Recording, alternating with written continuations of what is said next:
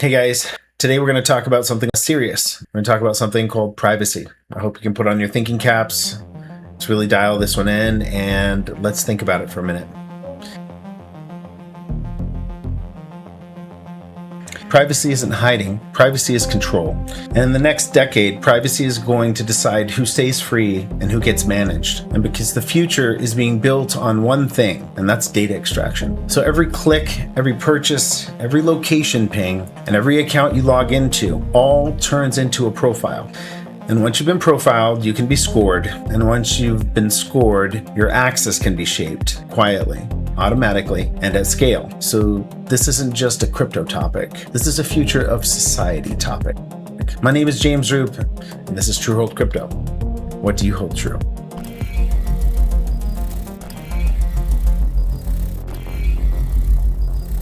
Hey guys, don't forget to head over to the website if you're looking for a consult or you want to just chat with me about some stuff. I'm always looking to understand, learn, and grow.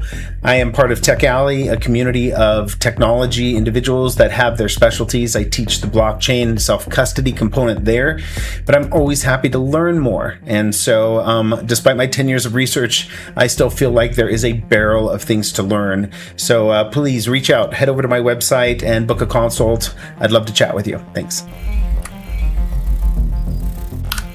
Here's the core idea. If you don't control your privacy, someone else controls your options. Data, profile, score, shaped access. That pipeline is the story of the next decade. Privacy is not secrecy, it's selective disclosure. So let's define this cleanly.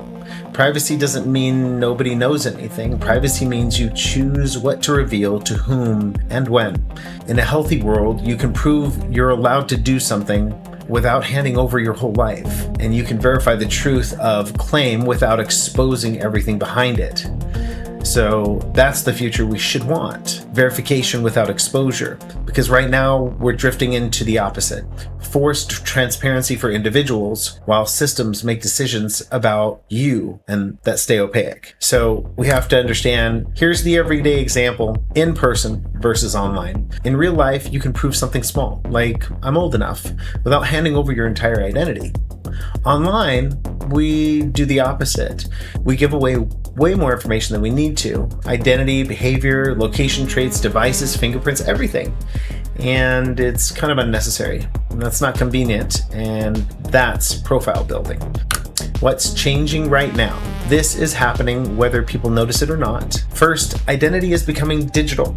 We're moving towards biometrics, device fingerprints, single sign-on, and a centralized identity hub. Second, privates are moving towards permissioned rails, meaning your ability to spend can be delayed, flagged, limited, or even frozen, often automatically. Third, AI changed the game. Before, data collection was messy and expensive, and now AI can ingest everything and produce conclusive profiles, risk scores, behavior predictions. So surveillance isn't just someone watching anymore. It's systems that can predict and influence. And when that matures, a person doesn't just have a bank account. They have a reputation layer attached to their access. That's why privacy is going to matter more, not less. The AI amplifier. AI turned data into a model of you. Inference, pattern detections, predictions. It's not just collecting information anymore. It's interpreting it. It's deciding what it thinks you'll do next. The privacy paradox. Society still needs verification. So now, I'm not saying no transparency ever. We need verification, right? We need proof of payment, proof of ownership, proof of credentials, proof of age, proof of something happened or when it happened or who authorized it. But we do not need to over-reveal your full identity, your entire transaction history, your location trail, your relationships and affiliations, your complete financial life. So again, the goal is simple. Prove what matters without exposing what doesn't. Verification without exposure.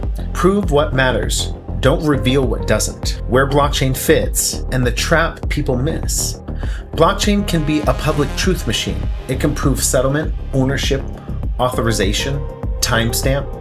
It can reduce the need for middlemen, and it can let two parties coordinate with rules that can't be quietly changed. But here's the trap. Blockchain is not automatically private, and a lot of blockchains are transparent by design. If you reuse addresses, if you link your wallet to your real identity, if your activity can be correlated through metadata, then what you have isn't freedom rails. It's a permanent tracking system. So I want to say this clearly. Blockchain is accountable. Privacy has to be designed in. The trap. Public blockchains aren't private by default. Transparency is a feature and also a risk. Addresses reused creates patterns. KYC and app metadata can link activity back to real people. So without privacy hygiene, your wallet can become public. It can become a public diary. Used properly, the 3-layer privacy model. When people ask me, how does blockchain protect us? My answer is only if you build privacy intentionally in layers. And layer 1 is self-custody. If you don't have control of your keys, you don't control your assets. Custody gives convenience, but also creates choke points. And choke points are where control gets applied. Layer 2, identity, privacy. The future should be prove eligibility without oversharing. Prove you're over a certain age without showing your date of birth. Prove you're credentialed without handing over full documents. This is where privacy tech like zero-knowledge proofs becomes essential. Layer 3, transaction, privacy, and hygiene. Basic hygiene matters. Don't reuse addresses. Don't link unnecessary information. And don't connect everything to the same identity. Because if your wallet becomes a public diary, then you've rebuilt the same surveillance model, just on a new rail. And this rail is much tougher to break. So this means, used properly, self-custody plus selective disclosure plus privacy hygiene. Real-world examples of the future. Let's make this real. Example 1, buying online.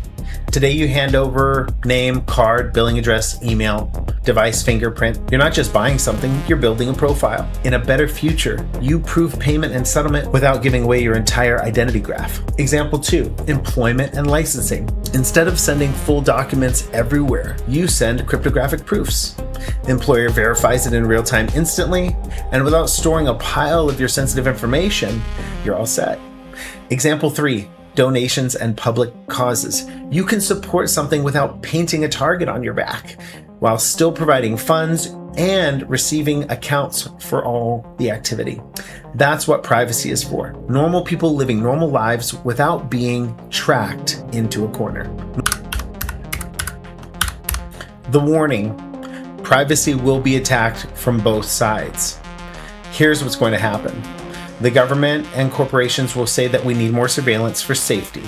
Criminals and scammers will say, we need privacy, you have to trust us. And the regular people will get stuck in the middle.